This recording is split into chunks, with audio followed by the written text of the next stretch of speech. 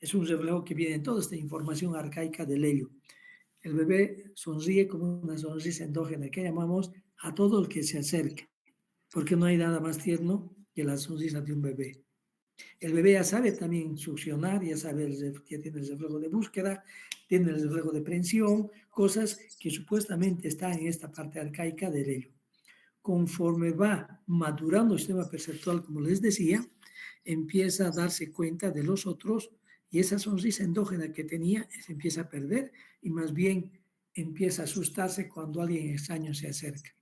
Y sonríe cuando se acerca a la madre o quien lo cuida y empieza a reconocer a la madre.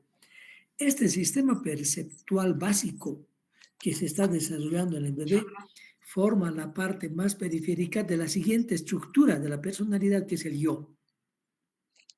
El yo ya es la instancia más consciente que se va percatando de su entorno y que se va relacionando entonces por el principio de realidad, porque se relaciona. Si, en la etapa del ello el bebé llora y si tiene hambre llora y no le dan el alimento, pues se va a soñar, va a dormir y probablemente se va a soñar que se está alimentando. En cambio, cuando ya surge el yo ya empieza a exigir ya la alimentación, ¿no ve? Entonces ya el bebé empieza a señalar el biberón, empieza a hacer algunas cosas donde hay un O sea, no sé, principio la verdad que de les digo, realidad que empieza a surgir, que es a través de ¿será este que van? sistema perceptual que se va O sea, no sé mejorando ustedes qué y les da, estas para nosotros ya habilidades psicomotoras que van surgiendo. todo lo que hagan Entonces, ese se crecimiento evalúa. acelerado durante los Pues no, primeros años muchachos, por eso van no les hablando sale. de que este principio de Entonces, realidad se para va que si todos los constituyendo estudiados cada vengan, vez más no los de una van a dar. forma también primitiva, pero ya Vengan, básica como un porque principio de contacto con el clase que no viene, entorno, nota que y, pierde. Y y yo igual luego vamos de los todos, 3 4 todos años vale, empieza a no. surgir la autoridad moral, la Yo creo conciencia que hace moral más a través de la educación de años los padres y de tenemos los principios de la secretos. sociedad. Esto se llama superior. El superior entonces es la autoridad moral, el ideal de la sociedad que va implicando, va formando en este bebé, en este niño, un principio de manejo social. Entonces el superior es la última estructura de la personalidad que va a ir organizándose para poder ser el principio rector moral de la conducta del ser humano. Esto está como una cosa que se está formando, que está desarrollándose. Supuestamente nos tenemos un superior, eh, diremos, biológico que se está instalando porque tenemos esa estructura para que se forme el superior. Probablemente las células en espejo que tenemos como bases biológicas de la empatía, en las cuales los seres humanos vemos a otros sufrir y podemos sufrir también al ver el sufrimiento, también el superior tiene una base que se va estructurando sobre eso, esta visión de autoridad moral. Entonces, estas tres instancias psíquicas, el ello, el yo y el superior, que son una estructura básica de la personalidad según el psicoanálisis, hacen que nosotros funcionemos a través de unas necesidades impulsivas que tenemos, el ello, un principio de realidad que tiene que gobernar y controlar esto, el yo, y un superior que rige las conductas morales y los ideales que la sociedad nos impone o nos estructura. Esto es muy importante porque de esta manera se hace la figura de que el yo debe ser la parte central de la personalidad, la parte más consciente que pueda controlar por un lado a los bríos del ello y por otro lado a los castigos del superior. Una figura que me gusta mucho, que leí en alguna parte, es de que podemos pensar en un caso griego que está jalado por dos caballos, tirado por los dos caballos, dice, ¿no? El conductor es el yo, el conductor es el que tiene que ejercer el control. Un caballo negro es el ello, que nos quiere llevar hacia las pasiones más oscuras.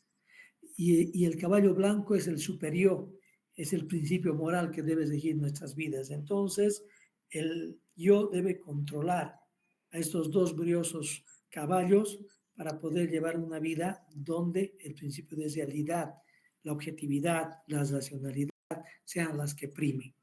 De esta manera entonces se va manejando esta hipótesis dinámica estructural del ello, el yo y el superior como un concepto que va a regir todo el comportamiento humano y de esta manera, sobre estas bases, se va creando la personalidad, la forma de ser, de actuar, de pensar, de sufrir, de resolver nuestros conflictos, de establecer nuestros mecanismos de defensa y todo eso. Entonces, estas tres estructuras también tienen un componente inconsciente, el ello es muy inconsciente, el superior también es en alto grado inconsciente porque hemos introyectado sin darnos cuenta las pautas morales del hogar, tiene una parte consciente en lo que es el deber ser, el yo que en su mayor parte es consciente, el yo que en su mayor parte es consciente y es el que va a dirigir racionalmente la conducta del ser humano, ¿sí? Entonces acá también verán ustedes que cuando hablamos del superior es una casi obligación de los padres tratar de implementar en nuestros hijos los mejores principios de convivencia y de ética, a través de darles con nuestro ejemplo estas pautas de un superior adecuado, un superior que rija una conducta y que ayude a que nos manejemos con valores. Entonces, la educación es muy importante y antes se decía que 10, 12 años de educación eran fundamentales y todo eso. Ahora sabemos que los primeros 5 años de vida son muy importantes para que estas estructuras básicas se vayan formando de una manera adecuada en lo que es la relación con el mundo, en lo que es la autoridad moral y en lo que es la capacidad de hacer un crecimiento con una autoestima y una seguridad que nos va a ayudar mucho hacia adelante. Entonces, los primeros 5 años de vida son fundamental para que estas cosas que se están desarrollando en el ser humano estén plasmadas dentro de la mejor maternidad y paternidad que podamos dar a los niños. No descuidar toda esta etapa. Obviamente, sigue el desarrollo hasta los 18, hasta los 24 años incluso. Sigue el desarrollo y sigue la capacidad del cerebro de crear nuevas sinapsis. El desarrollo cerebral recién se va a alcanzar completamente a los 24 años, no a los 18, como decíamos. A los 18 está la impulsividad más patente. Recién a los 22, 24 años, la parte prefrontal es la que ya termina de madurar. Es un proceso largo. ¿Y por qué es un proceso tan largo? Se preguntarán ustedes. ¿Por qué somos la especie más dependiente? Porque el niño, el bebé, el niño, tiene que ser formado por una sociedad para que sea un elemento que se integre a esta sociedad. Entonces, el bebé al nacer es como un envase de vidrio todavía caliente que se puede ir formando, que se puede ir modelando para que pueda ubicarse dentro de una sociedad determinada y pueda vivir en consonancia con esa sociedad. Ese aprendizaje de todo con la cultura se va haciendo a través de este largo proceso de dependencia. Un bebé a los 5 años sigue siendo muy dependiente, a los 7 años sigue siendo muy dependiente. Entonces, eso habla de la necesidad del grupo, que también el grupo es importante para la formación de la personalidad. Muy bien, entonces, dentro del componente psicoanalítico, psicológico, históricamente se habla de que cómo se va formando la caracterología según Freud y Abraham, que es uno, Abraham, Freud, ya saben, el padre del psicoanálisis, Abraham, uno de los alumnos más destacados y colaboradores, empezaron a pensar que durante el desarrollo había ciertas etapas en las cuales el sujeto podía detenerse un poco en el desarrollo psicosexual que se llamó. Entonces postularon de que cuando el bebé nace y está estructurándose en todo el helio, existe una pulsión hacia la vida, una pulsión, una energía, que esta energía durante el primer año de vida se va localizando en la boca, en el primer año de vida. Entonces se dijo, ese puede ser un carácter oral, una tendencia con ciertas características caracterológicas, que son la base de la personalidad, porque la personalidad se va a formar con lo biológico, que es el temperamento, y con lo social, que es el carácter. Y de esta manera se hace esta compleja estructura que es la personalidad. Por eso cada uno de nosotros es único, pero al mismo tiempo cada uno de nosotros se parece a nuestro grupo con el que nos hemos encontrado por azar de la vida en un territorio y en un tiempo determinado. Entonces, esta, esta energía libidinal erótica se fija en la boca y si se fija en la boca se forma el carácter oral. Las personas son más optimistas, más confiados, tienden a ser receptivos, pasivos y esperan que todo les llegue eh, como un regalo. Pero en algunos casos también puede verse unos rasgos por esta fijación de hostilidad y cordialidad. Una hostilidad muy marcada que puede ser más bien manejada como una cordialidad también importante, porque hay una hostilidad. Pero básicamente el carácter oral sería dependiente, optimista y receptivo. Pero si no hay una fijación y la etapa se ha pasado sin muchos apremios, sin muchos problemas, sin muchas gratificaciones, también se puede avanzar a la siguiente etapa, que es llamado el carácter anal. El carácter anal se refiere al hecho de que la energía libidinal ha migrado, ha caminado, ha cambiado de la boca hacia la región anal. Ahí entonces se encuentra la parte más importante de la libido y estas personas pueden, de acuerdo a una fijación, es decir, mucho premio sobre el control de las excretas, que los padres festejaban que haga caso, que ya de 1 año y medio, 2, ya esté controlando esfínteres y todo esto. Entonces, esta era una situación muy favorecida por los padres. El carácter anal, si se fija ahí, serían personas con una tendencia al orden muy exagerado, puntillosos, escrupulosos, pero también un poco tercos, o medio ávaros, guardando sus posesiones, no queriendo desprenderse de esos. La limpieza es muy exagerada y muy meticulosos. Te lo he ordenado, todo lo Entonces, que me han es un pasado, te lo carácter guardo. Otra que vez el día habla de martes, estos rasgos miércoles, cuando se va jueves, a fijar ahí más esta etapa del el desarrollo audio de psicosexual, martes me ha según estado esta diciendo, escuela de Freud Abraham. perdón, pues, espérate, voy a grabarlo. Posteriormente, la libido tiene El que audio creo que se escucha bajito seguir al inicio. desplazándose y se He va conseguido un audio desplazando hacia lo que llamamos el carácter que mejor, genital, entonces también te que lo he no es pasado. necesariamente una Lo fijación ordenado, en por los hecho ya te lo genitales, hice. sino También, una característica esto por con la Dali, cual esta ya te lo posibilidad encontré de mi ex. estar encerrado en sí mismo y en sus características durante el desarrollo orales y anales, más bien se abre hacia el mundo. ¿A través de qué? A través de la solución del complejo de Edipo. Se sostiene que el carácter genital entre los 4 a los 5 años de edad ocurre de que esta libido y todo eso está fijada más en los padres de sexo contrario. El niño más tiene una preponderancia libidinal hacia la madre y la niña hacia el padre.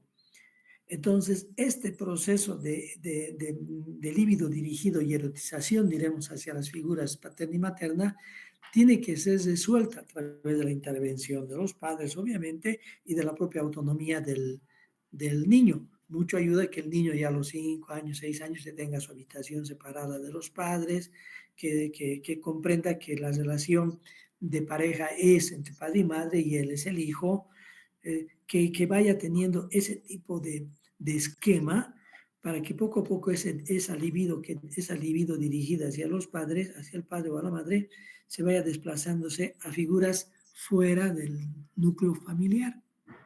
Entonces, esa capacidad de libido se convierte luego en lo que va a ser el amor hacia las personas por fuera del núcleo familiar.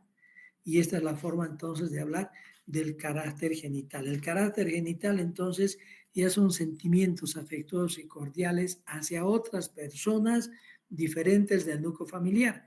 No es que los deje de querer a los padres, pero ya es diferente ese cariño, ese amor hacia los padres y hacia las personas ajenas al núcleo familiar. Ya entonces se empieza a crear las bases de lo que va a ser la relación amorosa posterior con personas fuera del contexto familiar. Y acá se habla de una palabra muy importante en la formación del carácter genital y el desarrollo y la madurez, es la generatividad.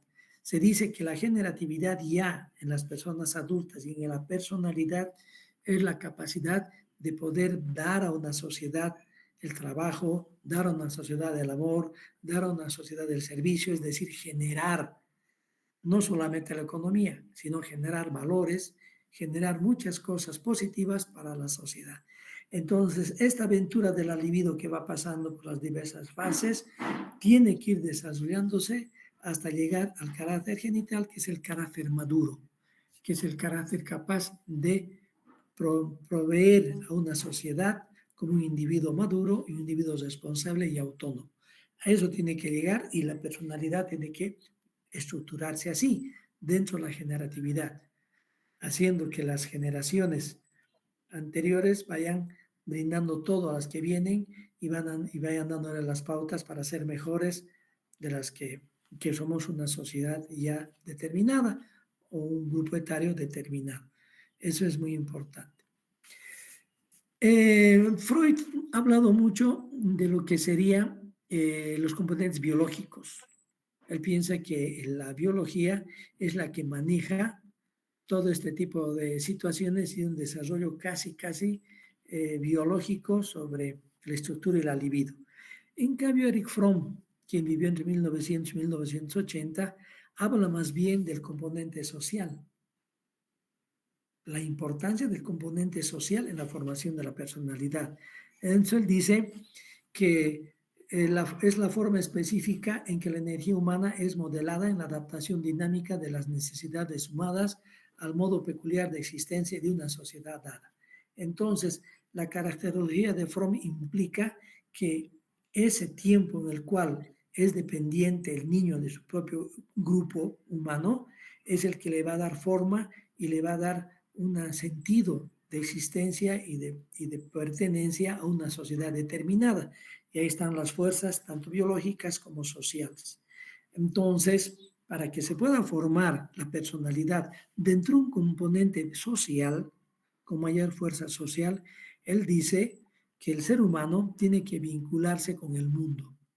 Tiene que vincularse con el mundo y tiene que asimilar también cosas del mundo. O sea, tiene que aprender cosas que le da la sociedad y la cultura para formarlo.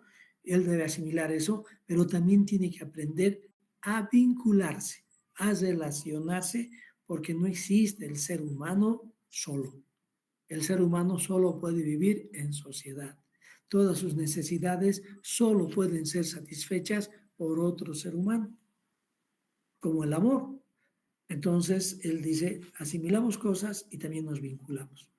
En lo que él tiene cierta relación también con Freud, habla que tenemos esta receptividad oral, que él llama una forma receptiva de ver el mundo, y Freud llamó oral, y a la parte anal, a las características anales de ese estadio, él más bien llama una forma atesoradora de manejarse con sus bienes en el mundo.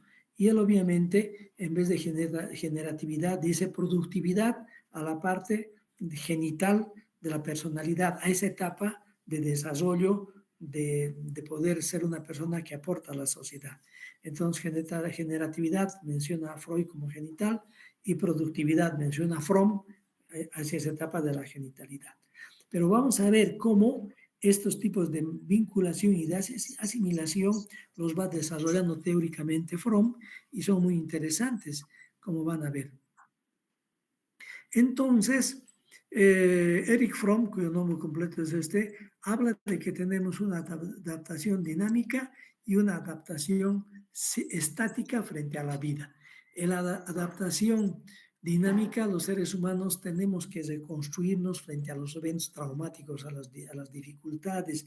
Tenemos que hacer uso de las capacidades para adaptarnos a los eventos de la educación, a los hitos del desarrollo, a los eventos desagradables que tenemos que tener. Todo el ser humano debe tener un cierto número de frustraciones para fortalecerse en su propia capacidad frente a la vida. Entonces, hay una capacidad dinámica. Ahí entran los mecanismos de defensa, ahí entran muchas de las situaciones que nos ayudan a adaptarnos. Esta adaptación dinámica me hace recuerdo a una investigación que se quiso hacer, un estudio para prever cómo sería la vida en otro planeta y se podríamos crear ambientes simulados. Entonces se creó una esfera grande donde podían caber varias personas, como una familia, tener todos los sistemas ahí de cultivo y todo eso, y también el hecho de tener árboles y todo esto, pero era una atmósfera dentro de una campana gigante donde se podían recrear una vida como si fuera en Marte. En Marte creó una colonia y una campana gigante que albergaba una población pequeña, pero tratando de simular dentro de esa esfera las condiciones de vida. Y ahí empezaron a sembrar cosas, todas hortalizas, legumbres, árboles, y de pronto se dieron cuenta que los árboles no echaban raíz, se caían. No había unos 2, 3 metros, ya se caía el árbol. ¿Por qué? Porque para que un árbol pueda echar raíces y pueda tener fortaleza, necesita estar lidiando con el viento. Entonces el viento hace que el árbol se incline a otro lado y su estructura tenga que moverse, adaptarse y tener mayor necesidad de que las raíces vayan teniendo más fortaleza. Entonces alguien dijo, así es la naturaleza humana. Los seres humanos no podemos vivir en una estructura que nos proteja de todo, sino que tenemos que tener los embates de la naturaleza para tener fortaleza. Para eso es entonces la vida, y la atracción dinámica es esa, que nosotros tengamos que adaptarnos a las circunstancias, a los regaños, a los accidentes, a los malos ratos, a las dificultades, y la personalidad, la futura personalidad tiene que adaptarse y tiene que fortalecerse. Y la adaptación estática es la adaptación que tenemos que ubicarnos en una sociedad sin mayor esfuerzo. El hecho de tener que alimentarnos, el hecho de tener horarios, cosas de la rutina de la vida, que nosotros lo hacemos por una estructura social determinada, eso es algo estático, se refiere en el sentido de que está dado y que no se quiere mayor esfuerzo del ser humano para adaptarse a este tipo de reglas básicas. Entonces, Fromm indicó que la constitución biológica del ser humano y el ambiente social da por resultado el carácter. El carácter que es el sustituto del aparato instintivo del animal, porque el animal se relaciona con el mundo a través del instinto. Pero una forma más evolucionada, donde más bien surgen las necesidades, es lo que va a ser el carácter, la base de la personalidad. Por lo tanto, la formación del carácter se explica a través de los procesos, según Fromm, de asimilación y socialización. Entonces, este carácter, que es la parte de la unión de los dos aspectos sociales y biológicos, va a tener la posibilidad de tomar cosas de nuestro entorno, hacerlos nuestros, comprenderlos, vivir en función de eso, y también socializar o vincularnos con el mundo. Y cada uno de estos procesos de asimilación y de socialización tiene 5 orientaciones. Entonces habrá 5 procesos, orientaciones de asimilación y de socialización. Vamos a revisarlos.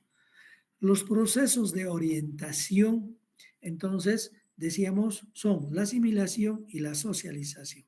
La asimilación, como estamos nosotros, estamos obteniendo cosas del mundo, puede ser receptiva, siguiendo mucho el carácter oral, puede ser explotadora, puede ser acumuladora, mercantilista y productiva. Entonces, estos son los 5 procesos que van con la asimilación: receptiva, exploradora, acumuladora, mercantilista y productiva. Vamos a explicar un poco cada una de ellas.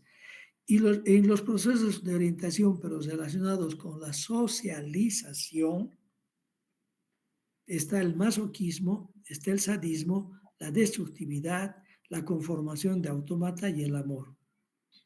Al decir socialización, estoy hablando del otro. Al decir socialización, estoy diciendo es uno más otra persona. La socialización solo se puede hacer cuando hay un otro. Y aquí va el masoquismo. El sujeto que es masoquista, que sufre, ¿qué necesita? Un sádico. Entonces el sádico y el masoquista son 2 formas de socialización, de vinculación. Y son 2. No tendría sentido un masoquista y masoquista, necesitaría la parte contraria que complementa este proceso de socialización. Entonces, dentro del proceso de asimilación, esa primera orientación, decimos el carácter receptivo. Entonces, el carácter receptivo, que va a ser la personalidad de este sujeto, tiene las características de que estas personas dependen positivamente de otras personas y tratan de que todo venga de una fuente exterior. Esperan que el mundo les colme con el menor esfuerzo posible de cosas. Es como esperar que caiga el maná del cielo sin mayor esfuerzo. Por lo tanto, amor para ellos no es una forma activa de entregarse al otro, sino es una forma pasiva de ser amado. Entonces, para el carácter receptivo, amor significa ser amado. El carácter explotador, es alguien que busca obtener por medio del engaño, por la fuerza, lo que quiere. Tomar de fuera y tomar o quitar, hacer algo de eso. Por eso se llama carácter explotador. Se aprovechan de los demás. Hay esta tendencia caracterológica. Entonces, hayan personas suspicaces, envidiosos, celosos y juzgan a la gente por su utilidad. ¿Me conviene? ¿Qué le puedo sacar? ¿Qué puedo obtener? Entonces voy a ser su amigo. Entonces, ese es un carácter explotador y muchas personas viven tratando de sacar de los demás las cosas que quieren. ¿No ve? Y este es un carácter también que está presente dentro del proceso de asimilación. El carácter atesorador, que se manejaba más con la tendencia anal, es una tendencia a la acumulación y al ahorro de estas personas. Son miserables con su dinero, pero no solo con su dinero, también con sus pensamientos y sentimientos. Son personas que pueden tener ideas, pero dicen, no lo voy a sacar, no lo voy a plasmar, se quedarán solamente conmigo en ese sentido, ¿no? Y por eso llama a esta tendencia caracterológica Fromm de atesorador. Por lo tanto, el amor significa posesión, ser dueño de, no compartir, no amar, sino poseer, tener y tener. Es el carácter atesorador. Como se dan cuenta, son caracteres que no hablan de una situación de madurez, hablan de unas características que más bien son problemáticas y que requieren un proceso para llegar a la verdadera madurez caracterológica y de la personalidad. El carácter mercantilista dentro del proceso de asimilación, como ya ustedes se estarán dando cuenta de este nombre, es el hecho de que se valoran a las personas en función de su éxito. Eso es lo más importante para ellos, para el carácter mercantilista, el éxito, y sobre todo el económico. Por lo tanto, ellos tratan de vender su propia personalidad, tratan de ser un objeto de cambio a través de obtener cosas. Si hay una reunión, por ejemplo, de alguien que tiene un carácter mercantilista, una reunión de los compañeros de promoción y todo eso, y otra reunión donde están personas que tienen cierto poder político y económico, él va a preferir a donde estas personas de poder económico político para tratar de ubicarse en algún lugar, para tratar de obtener beneficios, para tratar de obtener ciertos retornos de su propia personalidad y su ubicación socialmente hablando. Entonces, su búsqueda es el éxito y más que todo en la parte económica. Fromm dijo probablemente el carácter mercantilista sea el carácter que más describe al sujeto de este siglo. Bueno, él dijo del siglo pasado, pero se acomoda también a este siglo. Personas que solo buscamos el éxito en la parte más económica. Y finalmente, el carácter productivo de todos estos procesos sería al cual tendríamos que llegar los seres humanos, dejando de lado un poco estas caracterologías y llegando a formar el carácter productivo. El carácter productivo como una manifestación de la madurez del ser humano a través de la generatividad, a través, como les dije, de aportar a una sociedad todo lo bueno que uno puede producir, en lo económico, en el afecto, en el amor, en los valores y todo esto. Entonces el carácter productivo emerge como una forma madura dentro de este tipo de caracterologías. A eso tenemos que apuntar. Pero vamos a ver ahora los procesos de socialización. Aquí hablamos de asimilación, que es la forma en la cual aprendemos de la sociedad ciertas conductas. Pero aquí está el proceso de socialización, que tiene que ver con el otro, que tiene que ver con mi vinculación con las otras personas. Entonces, son las orientaciones caracterológicas resultados de la vinculación con las demás personas. Entonces, tendremos las tendencias masoquistas. Él piensa que en ciertas personas existen estas tendencias que se manifiestan por impulsos a sentir insignificantes e inferiores. Entonces, al sentirse insignificantes e inferiores, tienen que relacionarse con alguien, aunque este alguien sea alguien que le provoca sufrimiento, dolor. Pero como tienen esta sensación de ser insignificantes, se aferran a alguien que les va a hacer daño, que les va a hacer daño. ¿Por qué? Porque se sienten inferiores. Para ellos, en cierta manera, es natural que los castiguen, que se sientan entonces no dignos de amor, de cariño, como normalmente podemos tener. Entonces, esas tendencias masoquistas se disparan caracterológicamente en estas personas porque también tienen la incapacidad de ser independientes y libres. No pueden imaginarse libres y autónomos enfrentando el mundo. Tienen que depender. Imagínense cómo puede ser la dependencia de que esta persona masoquista solamente puede vivir a través de la otra persona que sería el sádico. Entonces el sádico va, diremos así, cumpliendo sus roles porque esta persona no puede sentirse importante, el masoquista. Y el sádico hace que no se siente importante, justificando el pensamiento del masoquista. Y este miedo al temor de no poder ser independientes y libres hace que se aferre a esta persona sádica quien tiene tendencias masoquistas. Luego puedes racionalizar, ¿no?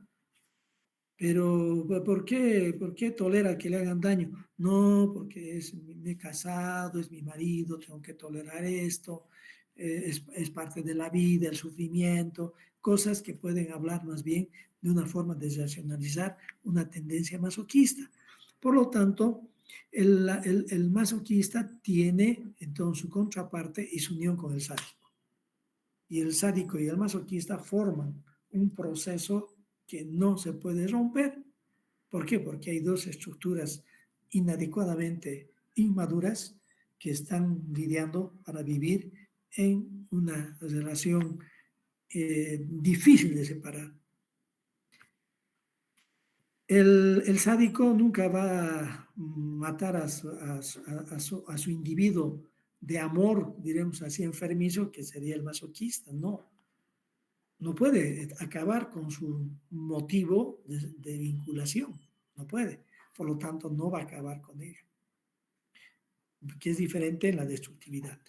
Se han reconocido tres tipos de tendencias sadistas dentro del proceso de socialización según la caracterología de Fromm, y una de ellas es hacer que otros dependan de uno, crear las condiciones para que los demás tengan que estar dependientes a través de mecanismos de un sujeto, de una autoridad, de un sistema político. Entonces, sí es necesario que tengamos que depender de alguien y esa persona nos hace dependientes. Otras tendencias sadistas serían, además de gobernar sobre las personas, los explotan, les hacen daño y los tiene en una condición de poca expresión de libertad. Y la tercera forma de tendencia sadista es la más grave. Son los sujetos que hacen sufrir a los demás o gozan con el sentir sufrimiento ajeno, ¿no? Entonces, esta es la forma más grave dentro de la tendencia sadista de estos procesos inadecuados de socialización. Gozar del sufrimiento del otro, del sufrimiento ajeno.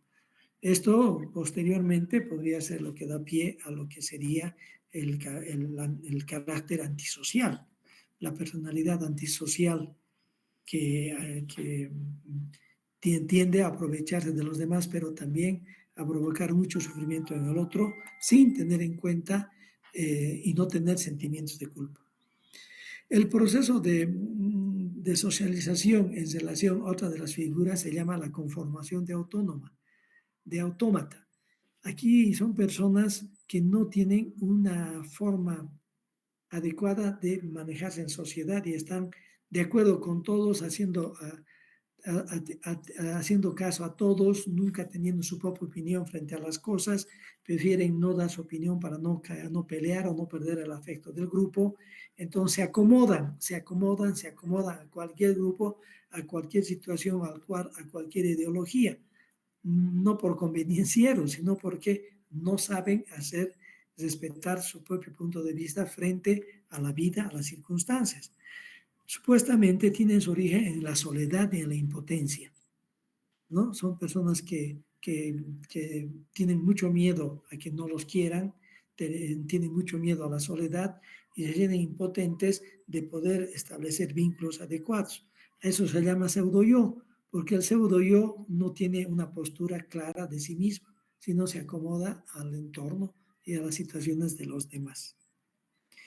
Y otro de los aspectos más graves dentro del proceso de socialización es la destructividad, la tendencia destructiva.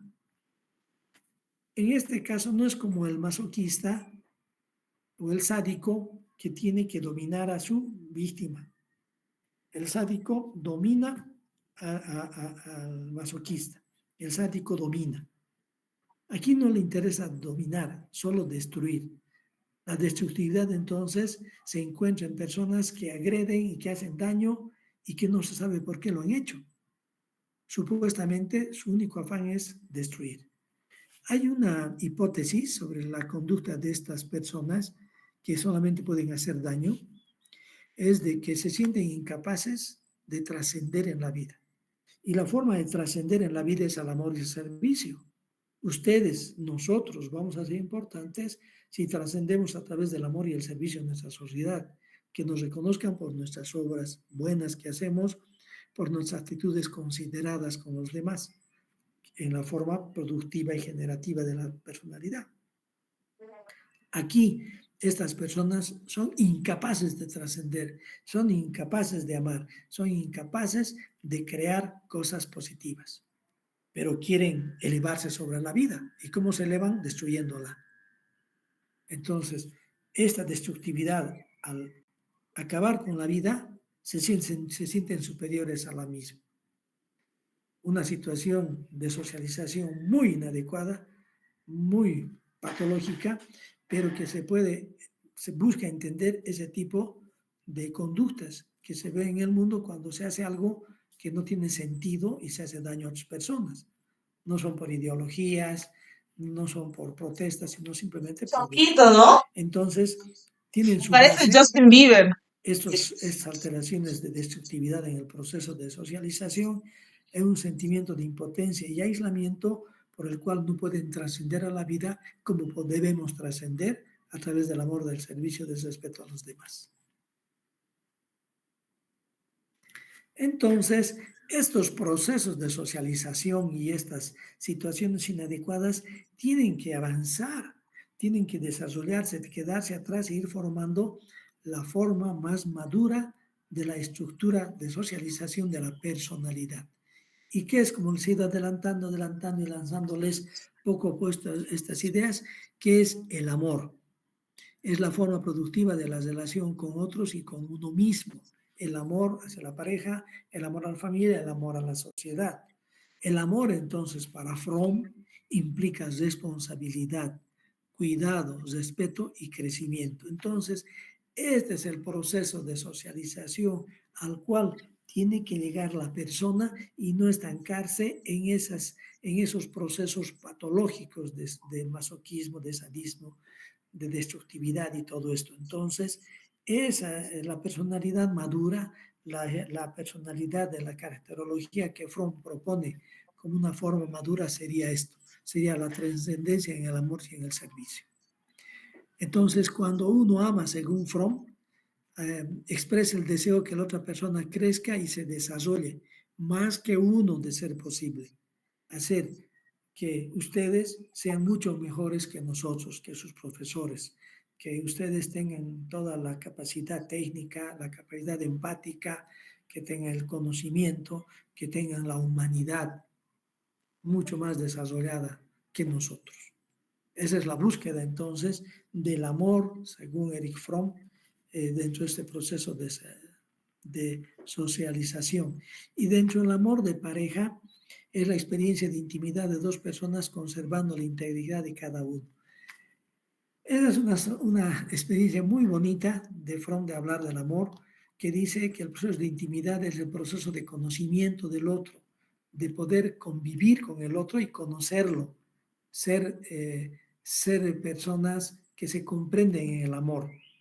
Pero al mismo tiempo, cada uno comprende que es autónomo, que es independiente.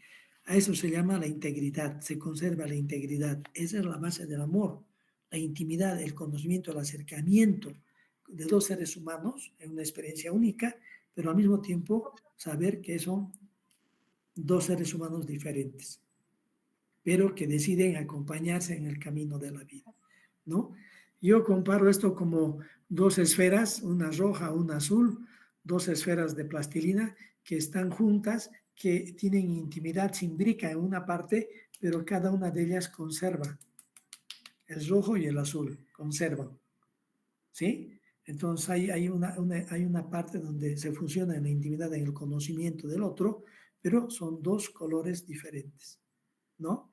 La patología sería sadomasoquista, sería agarrar y hacer de esas dos esferas una sola, un color medio rosáceo ahí, que no sabes para dónde va.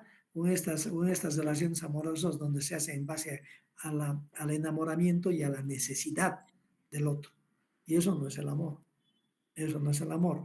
El amor es la intimidad y la conservación de la integridad de cada uno. Entonces, Fromm tiene estas interesantes hipótesis sobre la estructura de la personalidad y el desarrollo hacia lo que sería el proceso más adecuado de la trascendencia y el amor que debemos desarrollar los seres humanos para convivir adecuadamente y hacer de este un mejor mundo en el que vivimos, porque todos estamos en el mismo barco, ¿no ve? Estamos en el mismo barco surcando la galaxia. Actualmente, a través de de todas estas estructuras de procesos, tanto de Freud en su desarrollo psicobiológico de la sexualidad, tanto de Fromm con sus procesos de asimilación, vinculación y todo esto, han ido decantándose en los rasgos de personalidad que podrían ser trastornos, que son el paranoide, narcisista, histriónico, obsesivo, dependiente, antisocial, de acuerdo a las características y mezclas de estos procesos de asimilación, vinculación y todo esto, se pueden tener ciertos rasgos de personalidad en los seres humanos. Vamos a ver entonces cómo cada uno de estos rasgos se va estructurando frente, por ejemplo, a la enfermedad. Esto es motivo de otra clase, pero básicamente quiero darles las pautas de cómo funcionan las personas de acuerdo a los rasgos y a la personalidad que va a decantar después. Miren, vamos a hablar de una persona que tenga una tendencia al ser paranoide. ¿Cómo se dice una persona paranoide frente a la enfermedad? Es alguien en su carácter preocupado, sospechoso, agraviado, acusador, insensible, un poco ligado a la parte anal. Entonces, esa es una forma de ser, ¿sí? Cuando se enferman, ¿cómo ubicó la reacción frente a la enfermedad? Como si esta enfermedad fuera un ataque destructor que viene de todas partes, de fuera de sí mismo. ¿Cómo podemos nosotros abordarlas? ¿Cómo podemos nosotros como médicos hablar con estas personas? Explicaciones honradas, sencillas, completas. Las acusaciones que hace el paciente a veces me hacen esperar mucho, a veces el servicio de enfermería no me quiere, no se dice, no se le da por su lado, pero tampoco se dice, usted está inventando, aquí todo trata bien. No, las acusaciones se discuten y se confirman, se explican como procedentes de la enfermedad, del momento en que está pasando el sujeto y de la forma inadecuada a veces que puede ver las cosas, ¿sí? A esta persona no se le puede engañar, no se le puede decir una cosa por otra. Cosas grandes no se nos pueden pasar, porque es hipersensible, porque está pendiente. Si nosotros le damos un medicamento y ese medicamento le tiñe la orina en rojizo como sangre, corre, nos busca y nos dice que está teniendo una hematuria. Decimos que no, que es un efecto del medicamento y el paciente se molesta mucho y nos dice, usted, ¿por qué no me ha dicho? ¿Por qué no me ha avisado? Es que me ha olvidado. ¿Cómo se va a olvidar usted? Es médico. Y tenemos un pleito. Tenemos un pleito con este tipo de personas. Por eso hay que ser muy claros con este tipo de pacientes. Vamos a ver la tendencia narcisista, ¿no ve? Esa tendencia de algunas personas que sienten por encima de los demás, que se sienten eh, autocomplacidos, que creen que los demás tenemos que hacerles una venia y todo esto, son personas sobrevaloradas, independientes, perfeccionistas, predominantes en su carácter, y se imponen a los demás.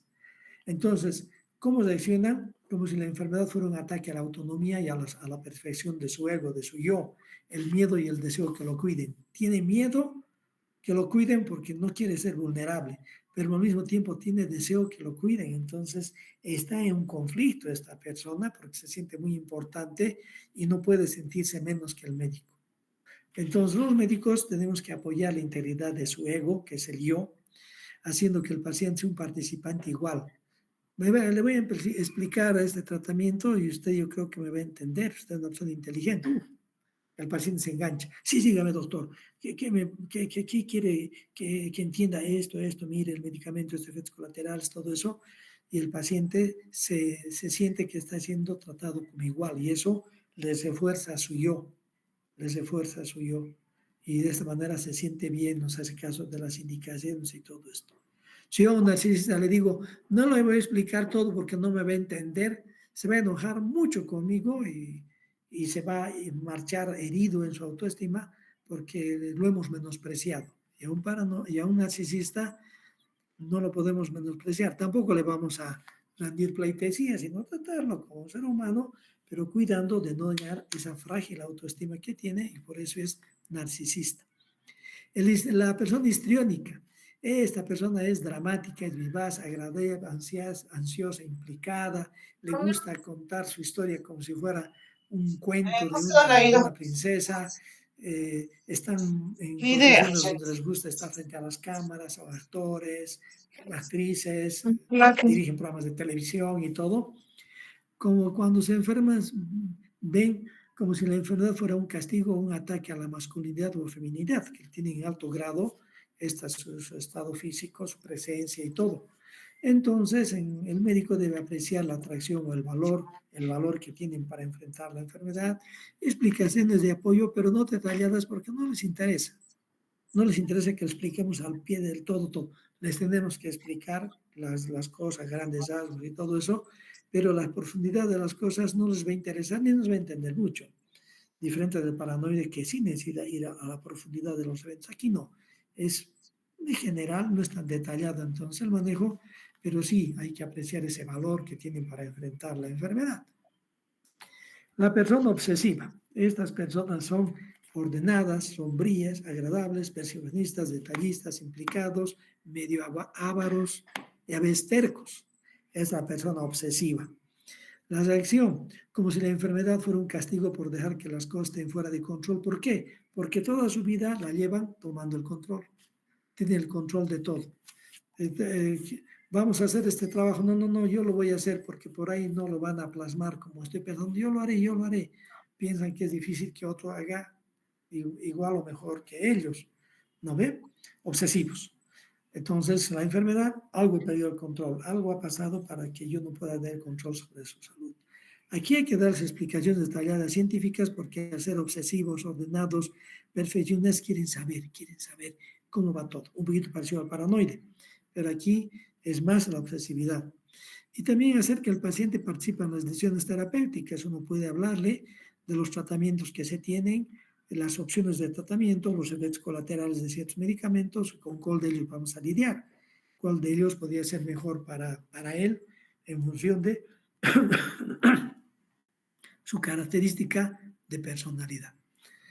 De esta manera, un poquito, pasamos algunos minutos, hemos hecho un resumen de las bases que van a conformar después la personalidad y actualmente cómo se está manejando la personalidad con estos rasgos que se manejan y que han tenido su base en todos los procesos de Freud y de Fromm, que desde el siglo pasado iban estructurando hasta llegar a una concepción muy interesante de rasgos de personalidad. Ahora bien, nosotros tenemos a veces rasgos, varios rasgos. Podemos ser un poquito obsesivos, podemos ser obsesivos, ordenados, pedantes, podemos ser un poquito narcisistas también, tener un aire de cierta importancia, pero dentro de un marco de salud, dentro de un marco de una relación adecuada con nuestro entorno. Cuando uno de esos rasgos va tiñendo toda la personalidad, se habla de un trastorno, pero eso es materia de otro material, de otra clase, de trastorno de personalidad.